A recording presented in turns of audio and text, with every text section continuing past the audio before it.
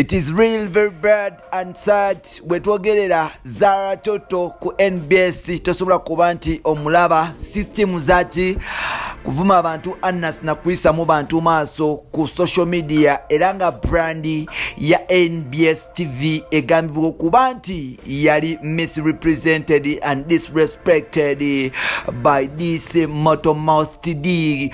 girl amanyikidwa nga Zara Toto Nalumansi atukaniriza natera kumkutu gwafe omuganzi baguyita Uganda mukamoli amanya ndobo spampita ntambi Jimso Dinamon Rich Boy Maxudi Junior webale kubanti yo tambula nafe ebanga lyona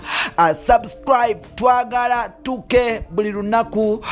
tuberenga muganda waffe tuchi ekintu kino tukikuza mpula sono lecho oli wadebo kubanti yo kwata video eno no sharing atenga subscribe tusigalenga tugenda mu maso mpola no kubanti tukuza fan base oli wademo kubanti oleka opinion yo mu comment section atenga tubulire wajjo sinzido kubanti otuuliza no kubanti otulabira nafe tukubongeko mpola team Saudi Arabia big up on yourself, team Dubai big up on yourself, London big up on yourself, Sweden, Denmark big up on yourself, America, US big up on yourself, Hungary Bulgaria, Nancy endala ezetolode ensi yo namba gamba nti mwebale kubanti mwekumira mpola twabagamba atetuleta pulapa so twogera mukyala mukulu amanyikidwa nga Nalumansi Zahara oba Zahara Toto ngono akola ku mukutu ogumanyikidwa nga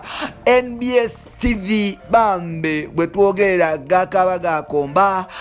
nga ali suspended oba yagobeddwa ku TV eno oluvanyuma kuba nti bambe yayoleseza empisembe ku mikoto gya social media mpola no kuba nti ayogera agagambo aganene ku social media twabagamba wano nno tuli dobozi lyeryo abatalina dobozi tuli bantu abo twogerera abantu abo abatasobola kuba nti tweyogerera recently twalaba obutambi bwa Don Solo bambe ngagezako kuba nti yetawula ku musajja mukyala mukulu amanyikidwa nga Zara Toto era nga Zara Toto yagenda mu maaso n'okuba nti ayisa n'okuvuma mu musajja ono amulabiridde ebbanga eddene ng'amujja mukazi ko yalimu n'abaana be abana nabwe kityo omusajja ono n'amutwala mu apartment n'atandika okuba nti amulabirira ku gatalo okuba nti amugulira emmoroka ez'ettabu nga bezi n'ebisigadde era ng'emmoroka eno Zara Toto yagikolera pate wali ku Next Media mpola omusajja ono yatandika okuba nti alabirira Zara Toto kuva mu kwambala kukulya n'ebisigaddewo n'abaana n'abazadde naye ng'ate bafunamu obutakanya recently nga Zara agamba ng'omusajja ono baali omwezi kumbe naye malaya awedde emirimu omusajja ono bwe yakitegeera nti Zara Toto atandise okuba nti ayenda naye yagenda mu maaso n'okuba nti yenonyeza abakyala abalala ebbali era nga yafuna omwana muwala Mboko Fire nga omwana ono alina emyaka 21 omwana ono si mulala bamuyita Kim London y'omu ku bawala abakyasinze okubeera ab'ettabu ku Instagram y'omu ku bawala abakyasinze okubeera abalungi mu Uganda ono omuwala nno abamumanyi bamumanyi atamumanyi tojja mumanya okujjako ng'ogenze n'omunoonyerezaako bamuyita Kim London Don Solo we yali presinze ne Zara Toto yagenda ku mikutu gye ejja social media mpola natandika okuba nti alumba omuwala ono kwogata ne Don Solo era nga yakozesa ebigambo oba oliawo ebisaasaanidde kuba nti biyisibwa mukamwa n'okuba nti biyisibwa ku social media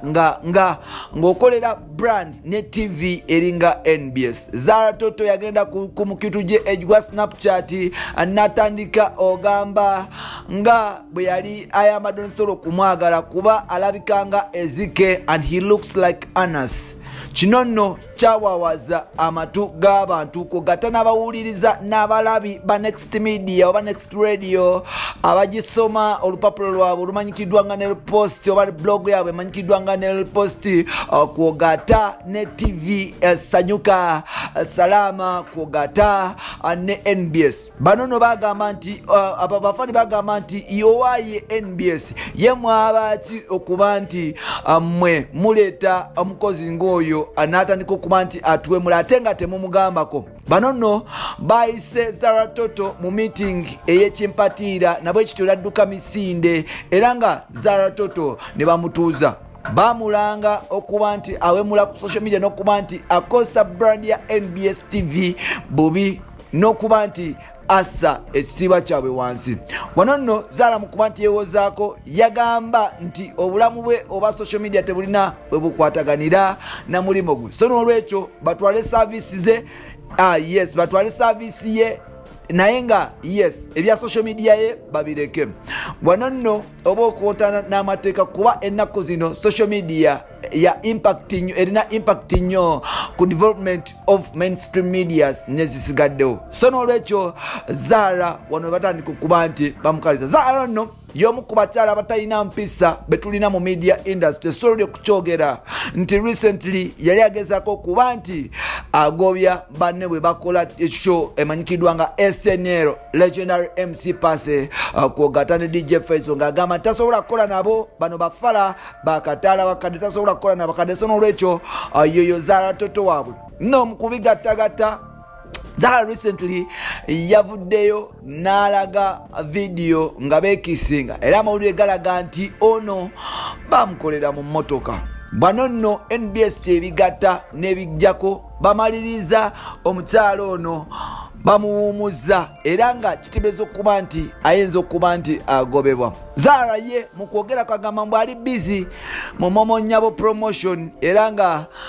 yes mujja kubanga mumufuna ku NBS Uncut kogata ne Bukede TV. Wano nno kikulaga nti akalimo k'omukyala ono kayinza okubanga kaweddewo. Abaana bana tata wanjawulo obulamu okyazimba opapa speed tolowooza omaliriza ocrashes. Zara toto career ye yandigenda bwetyo kuula mpisa kwendeguza na kumanyira buli omu. Bampita Ntambi Jimzo. Subscribe tukende mu maaso. Leka opinion yo mu comment section. Bye bye.